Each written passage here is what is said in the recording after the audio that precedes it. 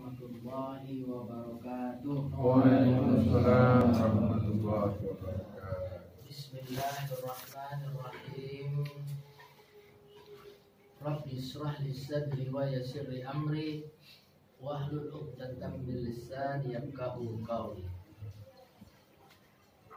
Wa nawwir qalbi bihaqqi sayyidina Muhammadin sallallahu alaihi wasallam. Allahumma salli ala sayyidina Muhammad, Allahumma salli alaihi wasallam. Nabiyika nabi rahmah, ya Muhammad tawassaltu bika ila rabbika. Ashhadu an la ilaha illallah wahdahu la syarika lah, wa ashhadu anna Muhammadan abduhu wa rasuluh la nabiyya ba'da. Amma ba'du. Pertama-tama marilah kita meningkatkan rasa syukur kita kehadirat Allah Subhanahu wa taala, karena syukur kepada Allah itu bagaikan angin, mana yang dikenainya maka akan digerakkannya. Kalau bersyukur kepada Allah Subhanahu wa taala itu seperti awan, apa yang di bawahnya akan dinaunginya. Karena syukur kehadirat Allah Subhanahu wa taala itu adalah matahari. Apa yang dikenainya, apa yang disinarinya akan bercahaya. Kemudian kita sampaikan salawat dan salam kepada junjungan kita Nabi Muhammad sallallahu alaihi wasallam dengan ucapan Allahumma salli ala sayyidina Muhammad, Allahumma salli alaihi wasallam. Dengan rahmat Allah beserta nikmatnya, sampailah kita pada malam yang berbahagia ini, di tempat yang berbahagia ini, dalam rangka meningkatkan ilmu dan iman kita kepada Allah Subhanahu wa taala. Sebagaimana yang telah difardukan oleh Nabi kita, talabul ilmi faridatan ala kulli muslimina wal muslimat, bahwa hukumnya wajib menuntut ilmu. Ilmu apa yang dikatakan Nabi yang wajib dituntut itu? Ilmu pengenalan diri kepada Allah Subhanahu wa taala bagi laki-laki dan perempuan yang sudah akil balik. Makanya dikatakan Nabi kita, segala sesuatu yang akan kita kerjakan itu harus berdasarkan ilmu.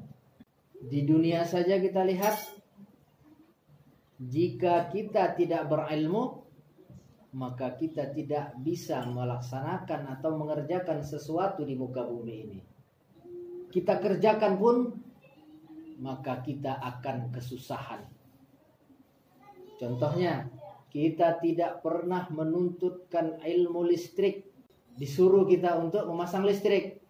Wah, kepayahan kita. Wah, susahnya. Entah bagaimana kita mau melaksanakannya itu. Begitu juga dengan yang lainnya. Kita tidak pernah ada ilmu kita tentang akuntansi. Disuruh kita untuk mengerjakan daripada pembukuan itu. Wah, itu kata orang Medan nungap kita itu. Tak bisa kita kerjakan. Kita kerjakan pasti salah itu semuanya. Tetapi kalau yang sesuai dengan yang kita tuntut, wah, maka mudah saja kita untuk mengerjakannya. Mengerjakan daripada pekerjaan itu sesuai dengan ilmunya. Kemudian untuk daripada ilmu agama itu juga, kita tidak bisa meninggalkan ilmu itu. Maka apabila kita mengerjakan sesuatu terhadap ilmu dan agama itu, maka akan nungap juga kita. Akan susahlah kita dalam mengerjakannya. Itu menandakan bahwa benar kata Nabi kita itu, agar kita menuntutkan ilmu. Jadi yang ditekankan, yang diwajibkan oleh Nabi kita itu adalah ilmu apa? Ilmu mengenal Allah Subhanahu wa taala.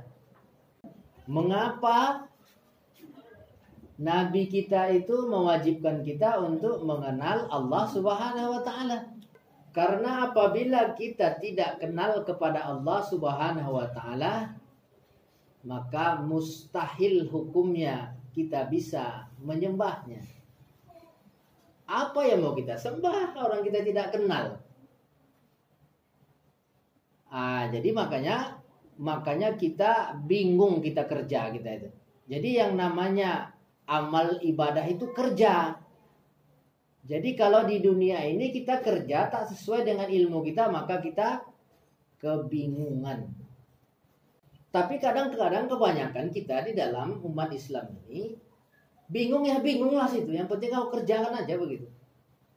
Wah begitu. Membuat lemari tak ada ilmu membuat lemarinya, dibuat juga.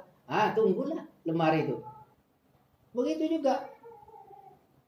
Kita tak mau tahu kita siapa Tuhan itu, tak mau kita tahu siapa Allah itu, tapi kita pokoknya yang penting ini suruhan Nabi kita kerjakan saja. Kerjakanlah. Apa yang terjadi? Maka akhirnya pekerjaan kita itu tidak sempurna dia. Jadi kalau umpamanya kita buat lemari tadi, kita kerjakan, kita buat juga, tetapi masang engsel di mana, masang nanti pintu di mana, masang rak di mana begitu. Tidak ada kesempurnaannya. Jadi makanya kita di dalam daripada agama ini dituntutkan Nabi kita untuk menuntut ilmu.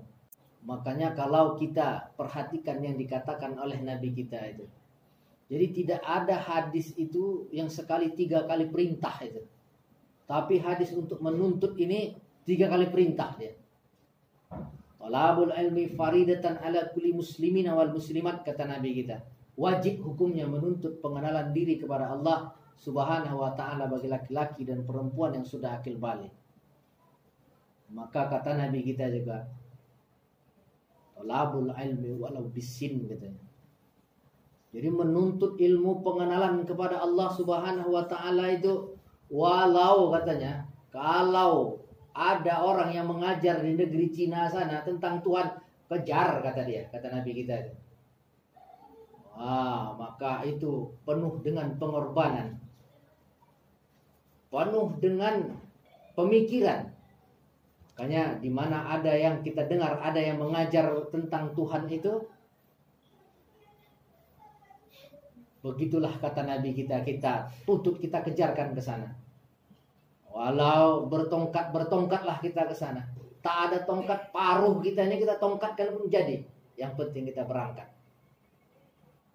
Begitulah kata Nabi itu, walau katanya. Jadi itu bukan main-main itu. Kata Nabi itu walau katanya ke negeri Cina sana. Tapi bukan Tuhan itu ada di negeri Cina. Walau katanya. Begitu mengarungi samudra untuk sampai ke sana begitu. Dan perbekalan, dan pengorbanan, dan pemikiran. Itu. Jadi makanya kepada kita sebenarnya kita tidak bisa tenang-tenang saja. Kalaulah kita membawakan tenang-tenang saja di muka bumi ini, tunggulah tenang-tenang umur 40, umur 50, umur 60, sampai 60 ada yang kuat lagi ke atas, 70 ada yang kuat lagi ke atas. Tinggal satu-satu aja. Kita cari Tanjung Pinang yang sampai 80 mungkin sekitar 6 atau 3 orang. Setelah tenang-tenang kita di dunia ini, kita mau kemana? Kalau tidak ke Tuhan kita perginya? Kalau tidak selain ke Tuhan, kemana kita perginya? Kemana mau perginya? Maka di situ diperlukan pengenalan kepada Allah supaya kita dapat pulang kita kepada Allah itu. Karena kita ini datangnya dari Allah. Ada yang tak datang dari Allah, ada yang datang dari langit. Tak ada kan? Semua kita mengakui bahwa kita datang daripada Allah dan kembali kepada Allah. Jadi kan aneh kalau kita ini datang dari Allah, kita mau pulang kepada Allah, tapi kita tak mau kenal kepada Allah. Itu kan mustahil itu kita pulang kan? Mustahil itu kita pulang. Mau pulang kemana kita? Jadi apa yang kita pelajari, apa yang kita kenal itu kesitulah kita pulang. Kalau di dunia ini kita kenal hanya dunia ini saja, maka pulang ke dunialah kita. Itulah ini katakan roh gentayangan. Tuhan tak mau terima, badan tak mau terima lagi, keluarga pun tak mau terima lagi. Siapa yang mau menerima diri kita ini? Setelah nanti kita tak di dunia ini lagi. Siapa yang mau menerimanya? Coba, siapa yang mau menerimanya? Nah, jadi kalau Allah itu tidak dikenal, Allah tak mau menerimanya. Dikatakan Allah sesuai dengan apa yang mereka pilih. Jalannya masing-masing, kata Allah. Jadi kalau di dunia ini kita pilih jalan kita, jalan yang mana? Jalan yang tidak lurus, nah berarti kesanalah kita. Karena Allah sudah tunjukkan jalan yang lurus itu. Ihdinas siratal mustaqim. Nah, jadi yang manalah jalan yang lurus itu, yang manalah? Maka karena kita yang datang daripada Allah ini akan kembali kepada Allah, maka kata Nabi kita wajib kita kenali Allah itu. Bukan kita cari Allah itu ya. Allah itu sudah ada, jangan kita cari-cari. Nah, dan Allah itu tidak bisa diprasangka-prasangkakan begitu. Tidak bisa dihayal-hayalkan Allah itu. Karena Allah itu mengatakan aku wujud lagi nyata katanya. Makanya pantang untuk menduakan. Maka Allah sangat benci sekali untuk memperserikatkan Allah itu. Kita tidak sadar memperserikatkan Allah itu bagaikan samud hitam di malam hari yang sedang berjalan. Begitulah kita menduakan Allah itu, kata Imam Ghazali. Tidak sadar kita. Karena kata menduakan Allah itu bukan hanya di perbuatan. Nah, kalau di perbuatan ialah mudah orang mengatakan kita nanti meyakini cincin, makanya dibilang orang udah syirik katanya begitu. Meyakini keris, meyakini ini kita dibilang keris apa? Dibilang syirik kita. Mudah karena itu dengan perbuatan. Mudah orang untuk menghukumnya. Tetapi yang di batin itu periksalah. Adakah sudah suci daripada yang dikatakan dosa syirik tadi itu? Syirik itu adalah menduakan Allah Subhanahu wa taala. Jadi Allah itu tidak mau dia diduakan. Karena Allah itu mengatakan aku wujud kidam katanya. Aku ada nyata katanya. Jadi Allah sudah memproklamirkan dirinya itu ada lagi nyata. Kenapa kita tak melihatnya coba? Makanya kita buta jadinya. Buta kita di dunia ini, maka butalah kita di akhirat. Nah, jadi makanya suluhnya dari kebutaan kita itu apa? Pelitanya daripada kebutaan itu apa? Ilmu. Nah, itu ilmu mengenal akan Allah Subhanahu wa taala. Jadi yang kita sangkakan selama ini Allah Tuhan kita itu adalah Allah bantah. Mau apa kita? Yang kita katakan Tuhan kita itu Allah bantah. Innani anallah katanya. Sesungguhnya aku ini yang bernama Allah. Jadi Allah itu namanya. Maka kata Nabi kita, man isma abada maknahu fakat kafara. Barang siapa menyembah nama tanpa maknanya itu kafir kata Nabi kita. Jadi itu nama yang kita sembah. Maka itu tidak bisa diterima oleh Allah Subhanahu wa taala. Jadi makanya kita kembali kepada yang dikatakan oleh Nabi kita itu sebagai dasar daripada agama. Maka Allah katakan awaludin ma'rifatullah. Awal beragama itu kenal kepada Allah. Dari hasil kenal inilah maka ada sembah. Dari hasil kenal inilah maka ada memohon perlindungan, memohon rezeki, memohon keselamatan. Barulah ada di sana dia. Jadi makanya diawali dia dengan mengenal Allah Subhanahu wa taala. Jadi yang mana yang dikatakan oleh Allah Subhanahu wa taala itu yang Allah katakan wujud lagi nyata tadi itu. Dan apa sebab kita tidak dapat melihatnya? Karena Allah sudah mengatakan dia ada lagi nyata. Itu dari ilmu lah itu makanya. Jadi makanya Nabi kita menunjukkan ilmu itu selama 13 tahun di permukaan bumi ini. Kita sibuk mau mengatakan mau mengikuti sunnah kita katakan, tetapi ada sunnahnya yang wajib kita tidak ikuti, yaitu menuntut pengenalan kepada Allah Subhanahu wa ta'ala. Jadi masalah pengenalan kepada Allah Subhanahu wa ta'ala ini bagi umat Islam belum finish. Kenapa belum finish? Karena dia dari generasi ke generasi dia akan terus. Generasi kita di atas daripada muhakikin, kemudian daripada sahabat, daripada aulia, masa mereka sudah habis. Karena mereka sudah dikembalikan kepada Allah Subhanahu wa ta'ala. Sekarang terus generasi sampai kepada kita sekarang ini. Jadi ilmu, imannya orang terdahulu itu tidak bisa diwariskan kepada kita seperti mewariskan daripada harta. Maka Nabi beri sekatnya.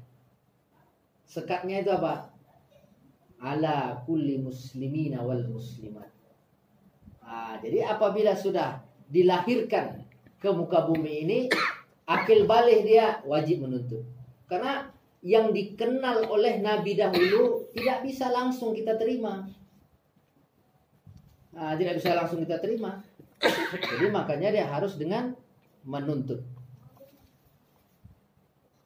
Jadi maka dari generasi ke generasi dia terus harus ada menuntut. Itu. Jadi makanya menuntut ilmu itu dikatakan Nabi kita wajib hukumnya. Salat itu wajib, tapi di dalam salat itu ada yang lebih wajib lagi. Mana dia itu? Menuntut ilmu. Yang mana dia? Yang wajib salat di dalam, yang wajib salat wajib, yang di dalamnya itu apalagi yang wajib? Itu kenal Tuhan. Jadi kalau tidak kenal dengan Tuhan itu sembah itu tidak ada dia. Makanya perintah salat itu ketika Nabi sudah berumur berapa itu? Begitu.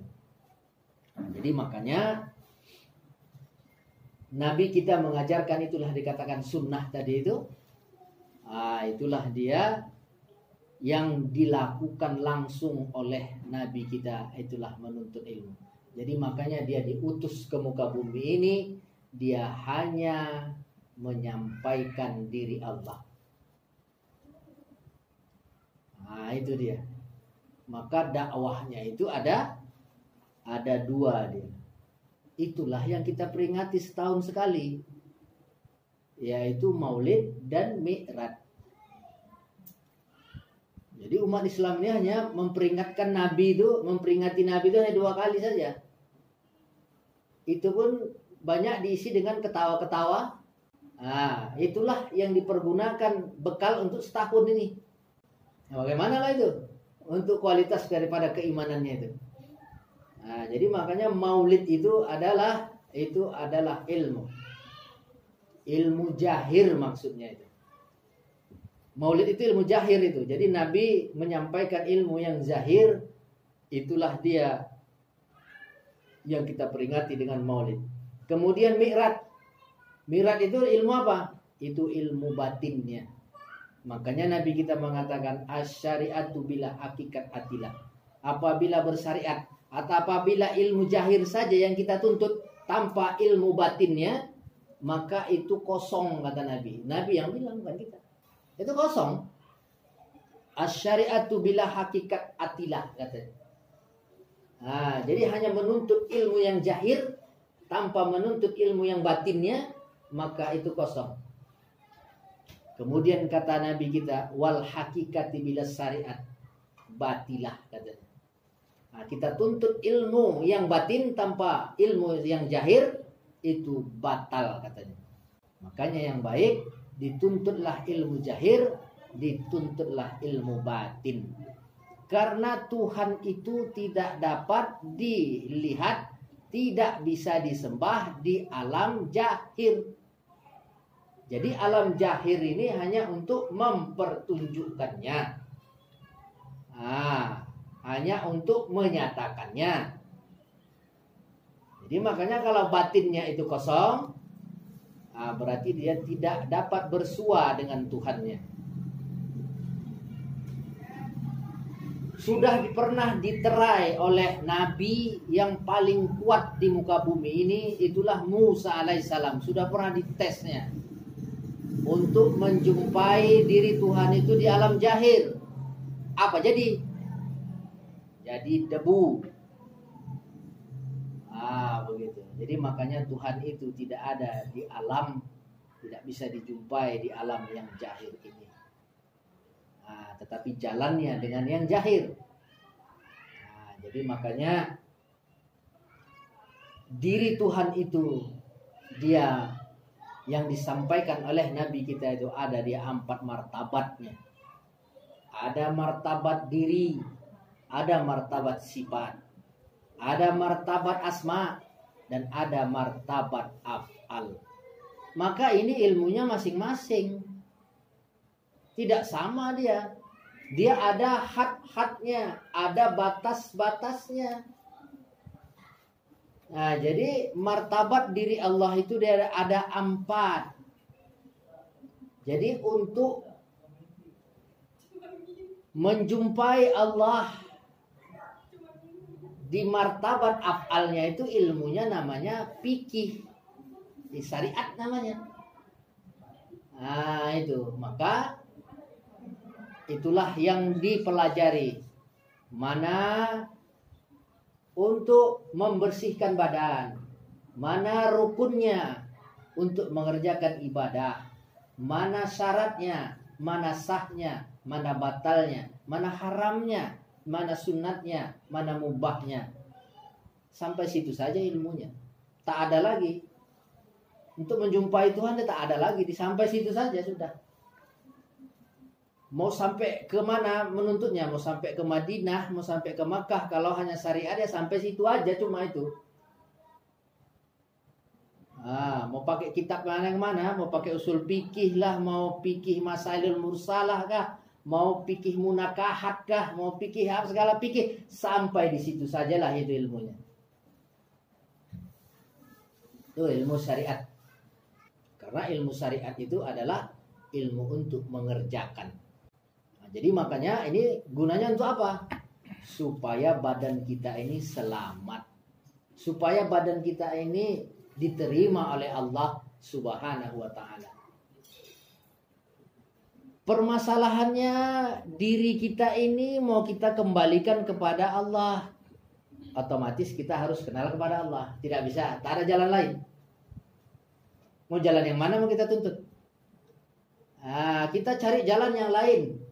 Tetapi diri badan kita ini mau kita pulangkan kepada Allah. Tak patut. Jadi makanya diri badan kita ini pun pulang kepada Allah. Maka kita harus kenal siapa badan kita ini.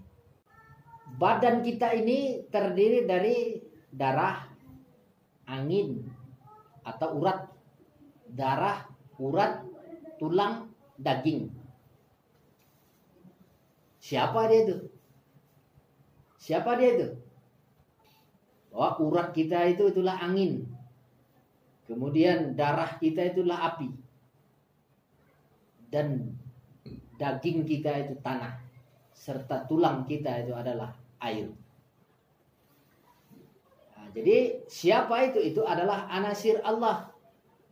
Jadi apabila kita sudah mengetahui bahwa itu berasal daripada anasir Allah, maka kesana dia pulang.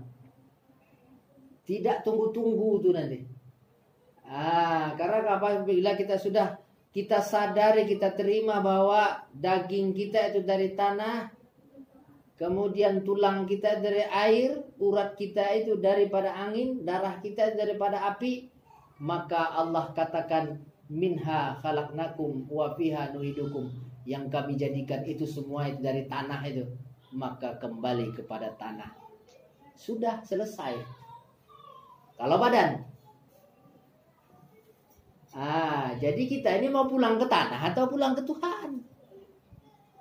Kalau mau pulang ke tanah sudah, tak usah menuntut. Gampang. Mudah.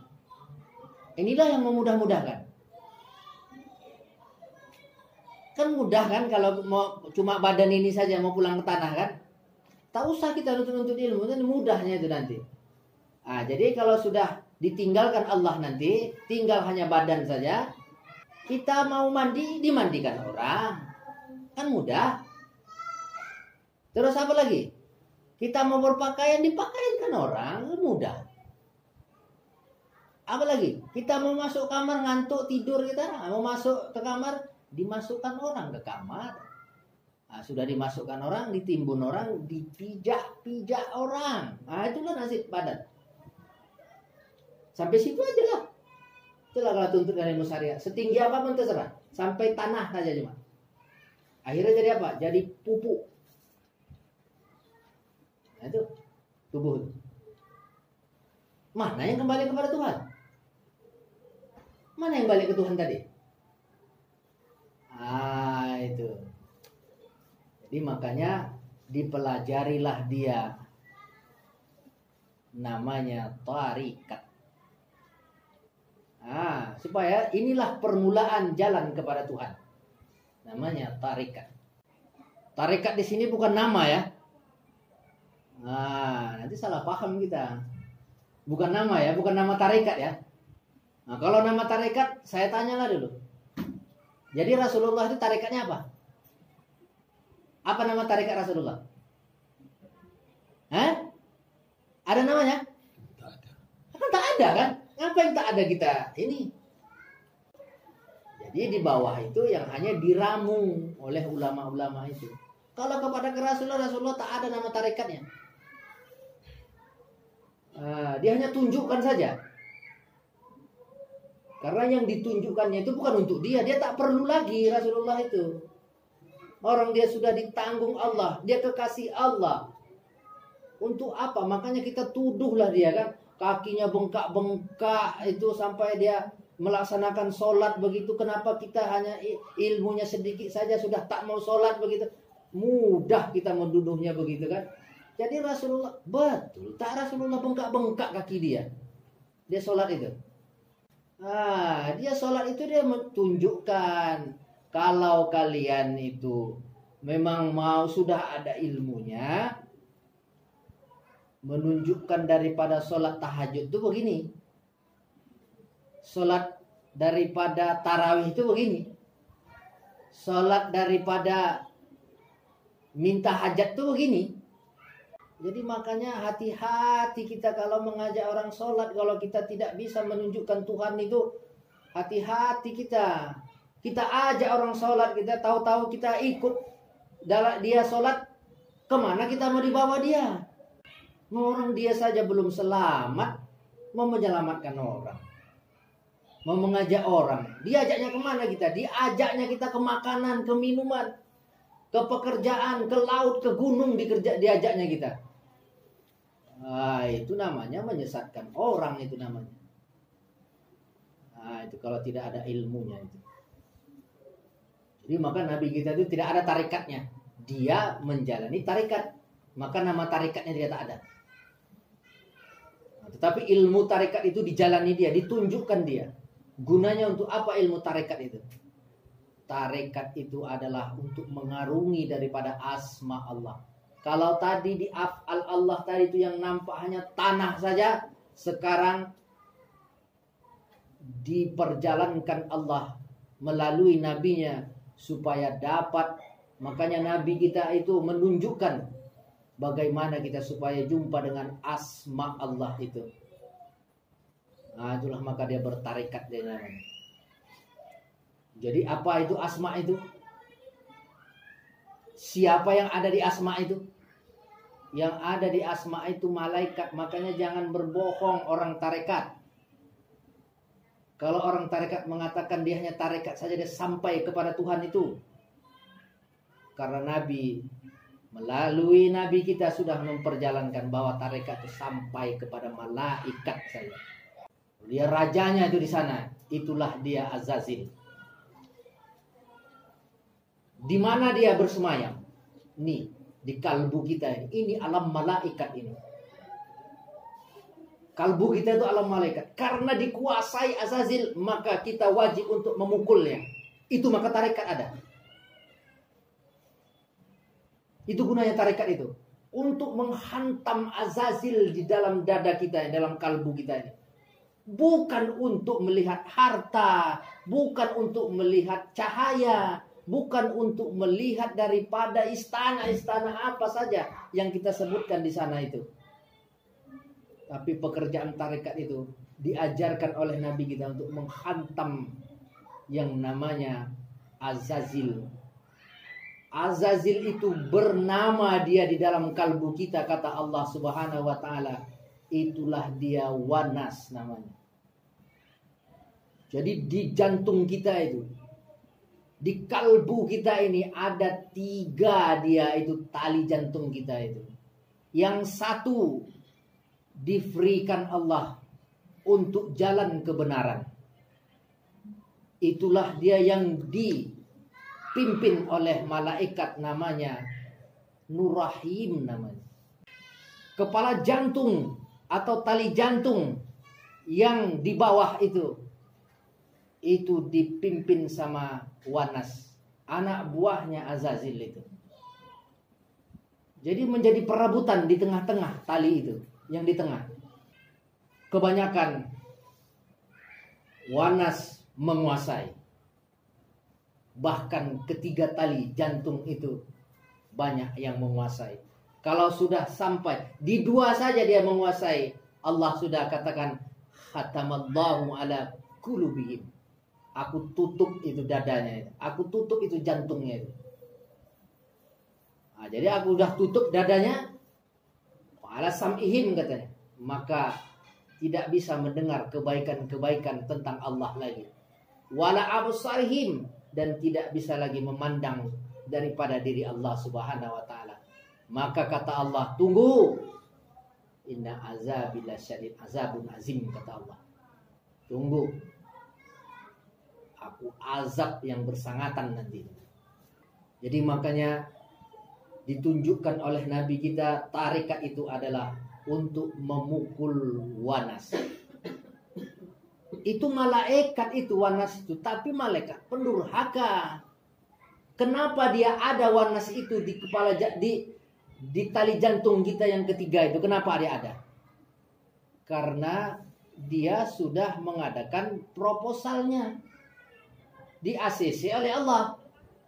Ketika Allah mengatakan wa izqala rabbuka lil malaikati isjudu Adam. Jadi ingatlah ketika Allah berfirman kepada malaikat, sujudlah kepada Adam. Maka sujudlah sekalian malaikat. Illa. Kecuali siapa? Kecuali rajanya. Raja malaikat itu. Guru malaikat itu siapa? Azazil. Tak mau dia. Maka Allah katakan itu iblis dia jadi namanya.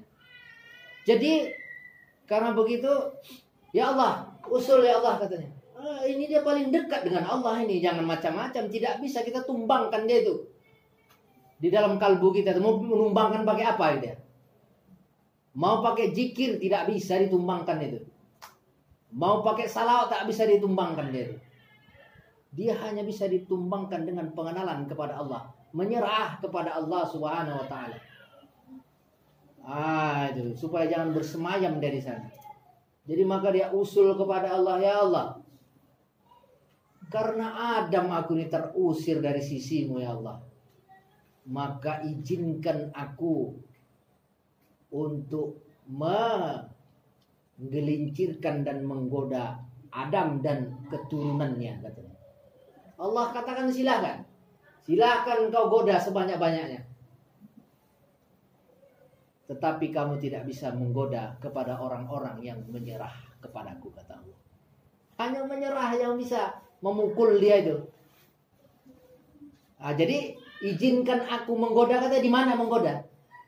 Maka diizinkan Allah di tali jantung Adam yang ketiga itu. Disitulah dia bersemayam. bernamalah Wanas dari situ. Itu maka Nabi kita supaya tubuh kita tadi itu suci, kemudian hati kita ini suci kembali kepada Allah, maka dia tuntunkan ilmu tarekat katanya. Maka kerjaan tarekat itu apa? Jadi kalau kerjaan orang fikih tadi, orang syariat apa? Takbir dia, Allahu Akbar. Jadi pekerjaan orang tarekat itu apa? Dia zikir. Zikir kalbu dia, bukan hanya lisan saja. Gunanya zikir kalbu itu apa? Itulah untuk memukul si Wanas. Itu guna tarekat yang dilakukan oleh Nabi kita, yang ditunjukkan oleh Nabi kita. Maka jangan berhenti lagi. Maka dia zikir di dalam kalbu kita, maka disusunlah kafiatnya itu. Maka ilahi anta maksud waridha kamatlubi, wahai Tuhanku, hanya Engkau yang kami maksud. Jadi kalau sudah kita mengatakan, orang tarekat mengatakan, wahai Tuhanku, hanya Engkau yang ku maksud, kalau tak kenal macam mana? Macam mana mau kita maksud? Maka gelap Tuhan itu, tak bisa. Maka dia yang menguasai, maka dia tunjukkan nanti, oh ini Tuhan kamu, ini Tuhan kamu, ini Tuhan kamu, untuk lebih dalam lagi memasukkan kita ke dalam jurang. Nah, makanya ilahi anta maksudi, wahai Tuhanku, hanya Engkau yang kami tuju, yang kami maksud, dan ridhamu lah yang kami tuntut. Maka bersama Allah masuklah kita ke dalam. Makanya orang yang melaksanakan tarekat itu matanya ditutup. Itu gunanya untuk apa? Gunanya untuk menghilangkan daripada alam jahil atau alam syariat atau alam dunia ini. Nggak boleh ikut dia. Makanan tak boleh ikut, minuman tak boleh ikut, pekerjaan tak boleh ikut. Maka tutup. Hanya masuk ke dalam kalbu kita tadi itu. Maka Allah kita bantu itu malaikat Nur Rahim untuk menghancurkan dan memukul daripada Wanas tadi itu. Siapa Wanas itu? Itulah kata Allah yang suka berbisik-bisik di dalam kalbu kita itu. Jadi kita takbir Allahu Akbar, dibisik-bisikkannya. Ini enak, ini pekerjaanmu tadi kan belum selesai tadi. Kuncimu ada di sana ini tadi. Itulah dia berbisik terus dia. Jadi makanya gunanya tarekat itu itulah untuk memukul si Wanas tadi itu. Maka Allah dengan Allah kita memukulnya. Itu tarekat. Dia malaikat itu situ. Sampai mulai dari situ, dari malaikat. Maka siapa malaikat ini? Malaikat inilah yang mengantarkan ke Jabarut. Itulah dia alam daripada nurani. Wah, ilmunya lain lagi. Tak terpakai lagi tarikatnya. Ganti ilmu. Namanya ilmu apa? Ilmu hakikat. Itu. Jadi bagaimana? Maka malaikat itu mengantar kepada hakikat. Itu. Siapa dia itu hakikat itu? Itulah nurani. Nurani itu di mana dia adanya? Jadi maka kalau tak pakai ilmu kita menghayal-hayal nurani itu. Jadi nurani itu itulah dia nyawa. Maka apabila kita tidak mengetahui nurani itu, kita tidak tahu bahwa itu nyawa kita itu. Maka yang ada di nyawa itu siapa? Itu baru diri Rasulullah. Itulah diri Rasulullah itu. Malaikat sudah tinggal di alam asma. Itulah dia daripada sifat Allah. Itu ilmu hakikat. Ilmu hakikat ini kapan terbitnya ini coba? Kapan terbitnya ilmu hakikat? Kenapa bisa ada dikatakan ilmu hakikat ini? Makanya banyak orang yang bingung dan mengatakan ilmu hakikat itu nggak ada lah itu. Karena keterangannya cuma sedikit. Nabi itu hanya memberikan keterangan ilmu hakikat itu la maujudun la katanya, la kadirun, la mutakallimun, la alimun, la hayyun. Dikatakan Nabi bihakikat ilallah. Nah, itu baru timbul ilmu hakikat itu. Jadi tidak ada yang wujud, tidak ada yang bergerak, tidak ada yang kehendak, tidak ada yang mengetahui, tidak ada yang mendengar, tidak ada yang melihat, tidak ada yang berkata-kata, tidak ada yang hidup. Pada hakikatnya itu semua adalah diri Allah. Itu sampai kepada ilmu hakikat. Jadi di mana Allahnya? Allahnya ada di alam ma'rifat. Nah, itu. Jadi makanya di alam ma'rifat mana dia itu? Itulah yang dikatakan Allah, wallahu muhitum bil alamin. Bahwa diri Allah itu merata-rata di sekalian alam. Ah, itu. Barulah dia ada di sana, dapatlah kita jumpai. Nah, jadi makanya di alam ma'rifat itu ada diri Allah. Di alam daripada hakikat itu ada diri Rasulullah. Di alam asma itu ada malaikat Allah. Di alam af'al itu ada manusia. Jadi makanya mau kemana kita jalan pulang. Kalau kita jalan mau pulang sampai kepada manusia saja udah, berarti ilmu fikih saja. Kalau kita sampai kepada malaikat mau pulang, berarti kita hanya ilmu tarekat saja. Kalau mau sampai kepada diri Rasulullah, berarti ilmu hakikat kita tuntutkan. Kalau sampai kepada ilmu ma'rifat, berarti sampailah kita ke diri Allah Subhanahu wa ta'ala. Karena diri Allah itu ada di alam ma'rifat, tidak ada di alam syariat. Gaib. Diri Allah itu gaib. Jadi makanya kalau kita tidak punya ilmu gaib, tidak kita tuntutkan ilmu gaib itu, itulah ilmu ma'rifat, kita tidak bisa bertemu dengan Allah Subhanahu wa ta'ala. Di mana keberadaannya itu? Jadi maka dikatakan Allah, wa bi ampusikum afala tubsirun. Yang pada dirimu itu lihatlah. Jadi jangan kita menyangkakan bahwa ada Allah, ada hamba, ada manusia begitu dalam penyembahan. Karena dikatakan Allah, innani anallah, la ilaha illa ana, fa'budni aqimis salata lizikri. Sesungguhnya aku ini yang bernama Allah, tidak ada yang disembah hanya aku, maka sembahlah aku, kata Allah. Jadi yang disembah itu dirinya, bukan namanya. Fa'budni, maka sembahlah aku. Dirikan sholat, aqimis sholata lizikri. Dirikan sholat, ingat aku. Jadi sholat itu harus ingat Allah. Ini kita tidak, kita suka-suka kita aja, kita sholat ingat makanan, ingat minuman, ingat pekerjaan, ingat yang lain-lainnya begitu. Jadi maka kata Allah, apa yang kamu ingat dalam peribadatanmu itu, itulah Tuhan kamu, kata Allah. Kelak kembalilah kamu ke sana, kata Allah. Kan itu pedih itu kan. Kalau dalam sholat itu kita ingat makanan, kita pulang ke makanan. Macam mana lah itu? Kalau kita sholat ingat kepada pekerjaan kita, berarti ke pekerjaan lah itu pulangnya kita. Jadi kalau mau ngetes apakah kita ini pulang kepada Allah atau tidaknya, lakukan sholat itu. Kalau kita pulang kepada Allah, berarti nanti kita pulanglah kepada Allah itu. Secara ilmunya sudah sampai. Jadi apabila kita ingat kepada pekerjaan, berarti kesanalah kita pulang, tak usah jauh-jauh nanti untuk mengetesnya. Apa kita diterima Allah atau tidak? Itu. Jadi makanya disinilah daripada perselisihan kalau tidak kita sampai dalam petunjuk Allah Subhanahu wa ta'ala.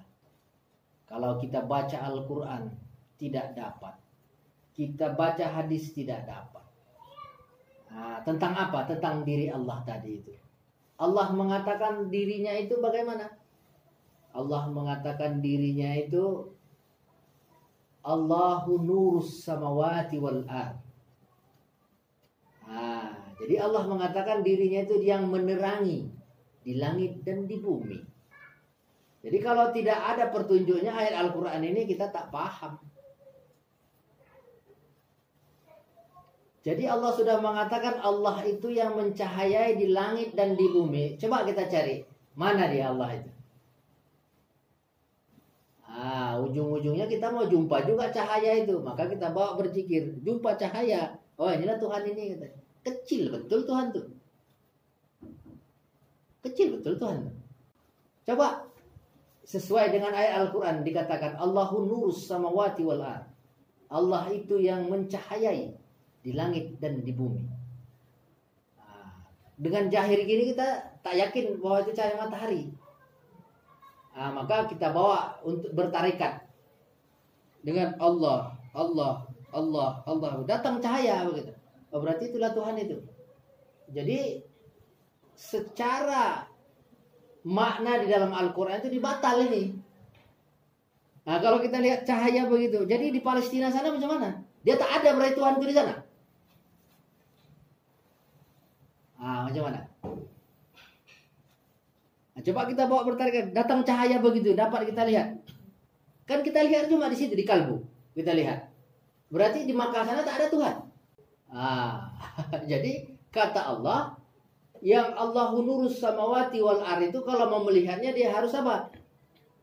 Harus wallahu muhit bil alamin. Harus dia merata-rata di sekalian alam. Dia ada di sini, dia ada di atas, dia ada di Palestina sana, dia ada di Mekah sana, di mana-mana dia ada. Macam mana kita melihatnya? Macam mana kalau tak ada petunjuk dari Allah bagaimana? Dari Rasulnya bagaimana kita mau melihat diri Tuhan itu? Kata Nabi apa? Maka didekatkan Nabi. Innallaha ma'ana. Sesungguhnya Allah itu beserta kamu, kata Nabi gitu. Percaya tak kira-kira kita kata Nabi ini? Kita paling hebat kita nanti kata kita mencintai Nabi, ingin kali bertemu, dikasih Nabi jalannya untuk bertemu, tak mau. Nabi sudah mengatakan innallaha ma'ana, Allah itu beserta kamu. Percaya enggak kita ini? Beserta kita? Makanya kalau tidak ada keyakinan dengan Rasulullah itu tak bisa kita tembus. Coba ditawarkan Nabi, innallaha ma'ana katanya. Bahwanya diri Allah itu beserta kamu, kata Allah. Macam mana kita mau menimbangnya? Percaya tak kita ini? Itu kata Nabi. Ya, kalau Nabi saja tidak kita percaya, siapa mau kita percaya? Coba. Bahwa dia adalah kepercayaan, siddiq, amanah, tabligh, patonah dia itu. Dia tidak ada dusta pada dia. Dia adalah siddiq. Dia itu benar. Diri Rasulullah itu benar. Ucapannya benar, perbuatannya benar. Jadi beserta. Yang manalah itu serta itu? Maka kita adakanlah riset kecil-kecil. Kalau dia memang beserta kita. Kita ada riset kecil-kecilan. Nanti kalau ada nanti kabar nanti telah berpulang ke rahmatullah si fulan bin si fulan katanya. Kita adakan riset kecil-kecilan. Kita datang ke sana, kita lihat kawan kita, sahabat kita itu tangannya ada, tapi tak bisa bergerak lagi. Telinganya ada, tapi tak mendengar lagi salam kita. Matanya ada, tapi tak melihat lagi kita datang. Lidahnya ada, tapi tak dapat menjawab salam kita lagi. Akalnya ada, tapi tidak bisa mengetahui lagi. Berarti yang ada itu siapa jadinya? Berarti yang ada itu hanya bekas Allah. Itu. Berarti benar kata Nabi. Innallaha ma'ana katanya. Berarti benar kata Nabi. Sesungguhnya Allah itu beserta. Maka ketika disertai Allah ini di tulang kita ini sekarang, maka kita bisa bergerak. Disertai Allah di dalam kepala kita ini, kita bisa berakal. Disertai Allah di telinga kita, maka kita bisa mendengar. Disertai Allah di mata kita ini, maka bisa kita melihat.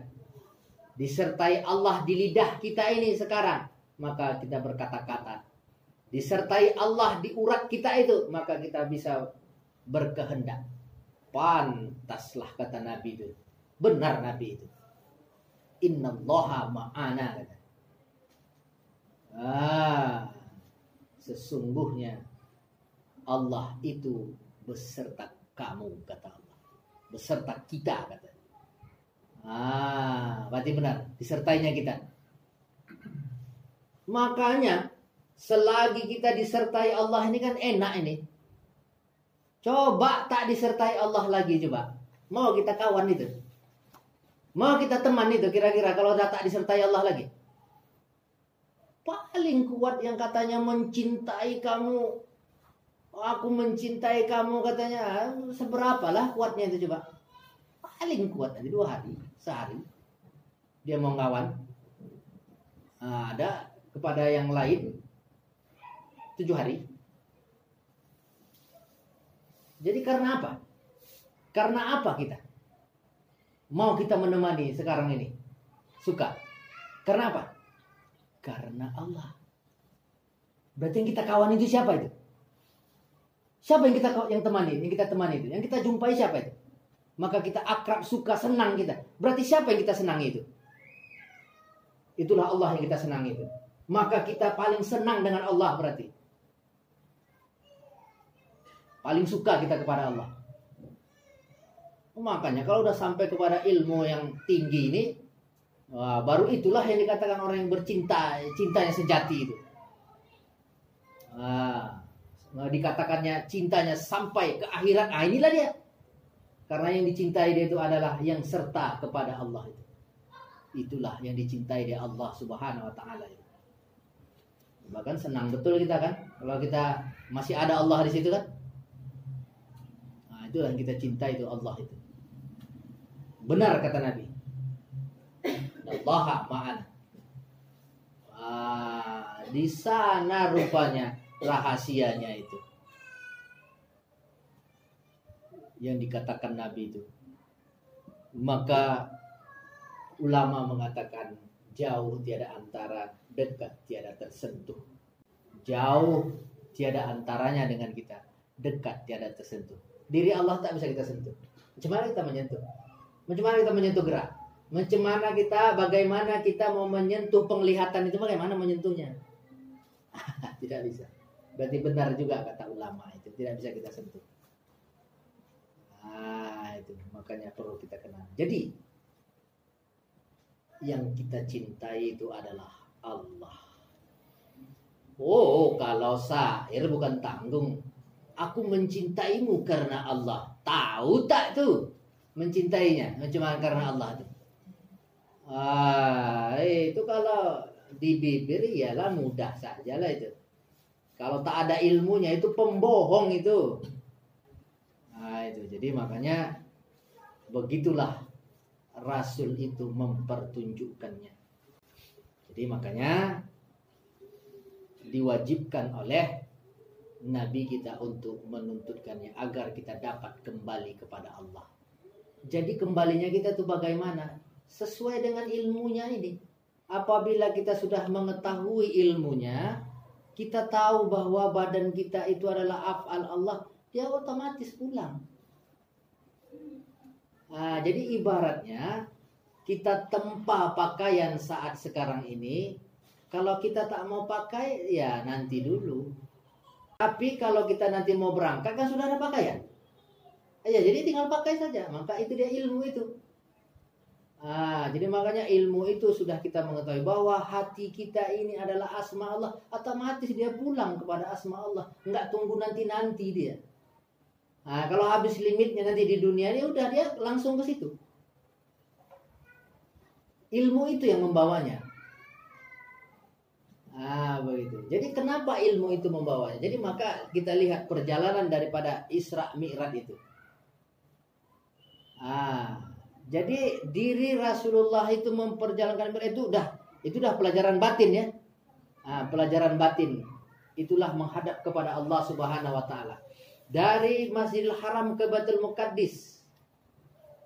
Dengan apa Rasulullah memperjalankannya itu? Dengan ilmu.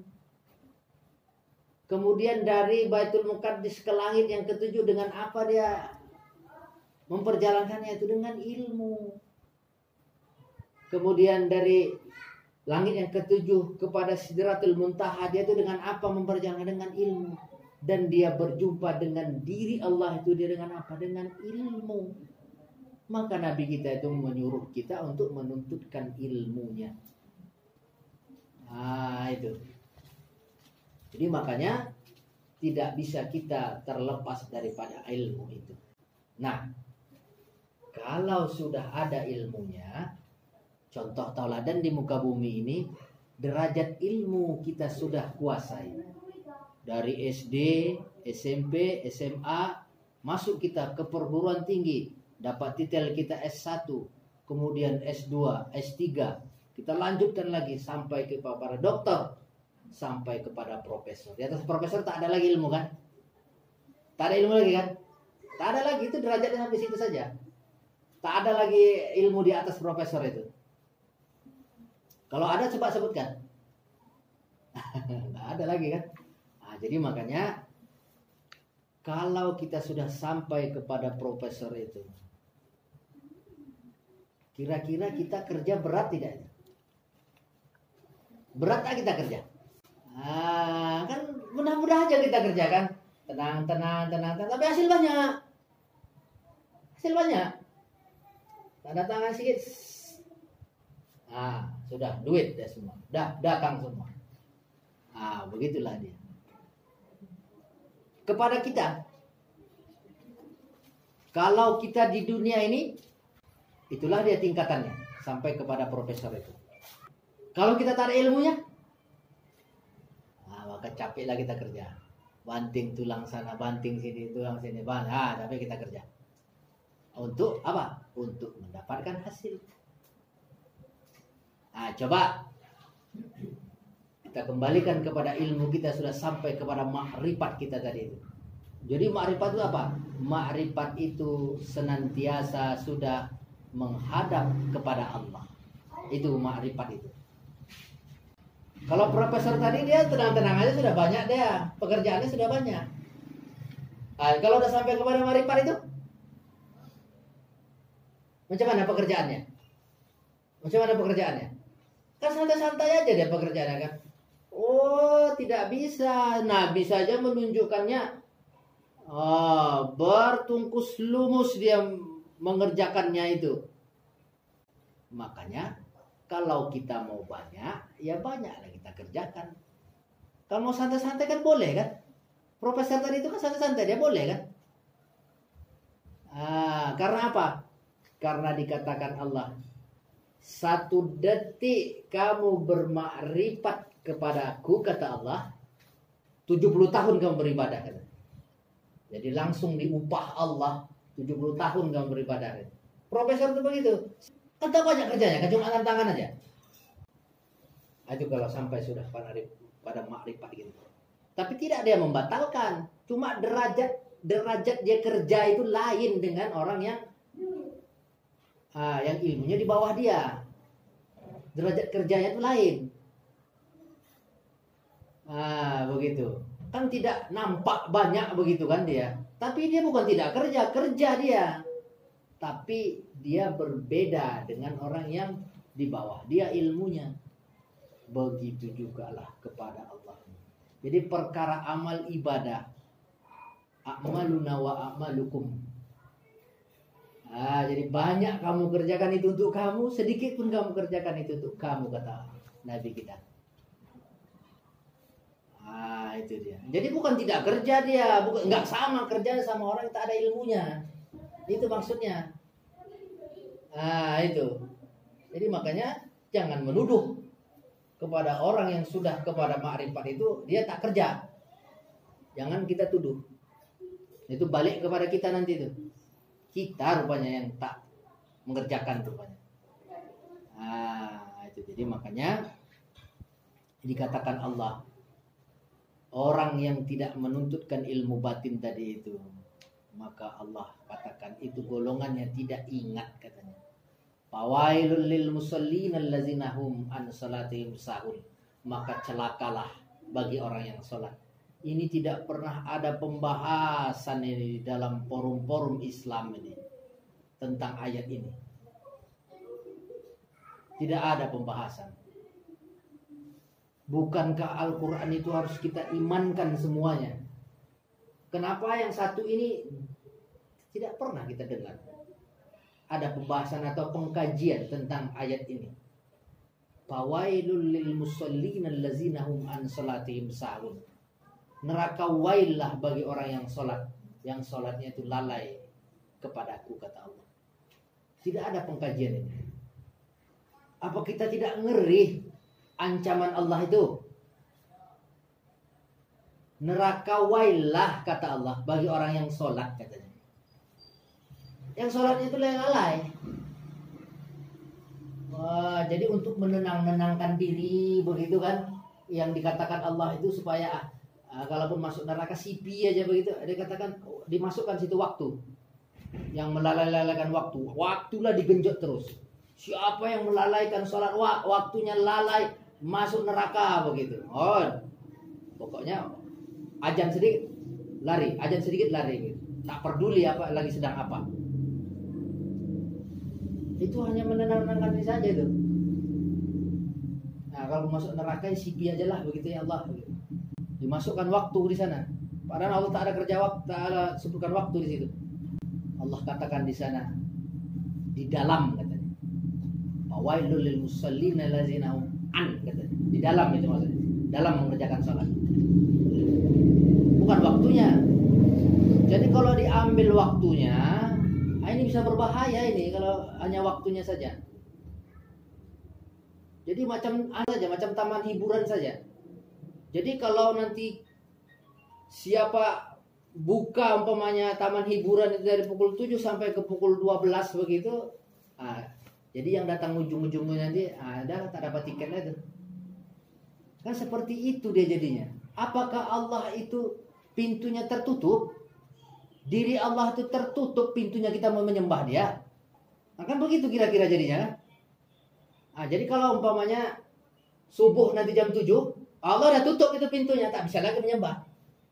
Kena ejek lah kita kan kalau sholat jam 7 kan, kalau subuh jam 7. Seolah-olah Allah itu sudah tutup, tidak mau lagi didatangi oleh hambanya.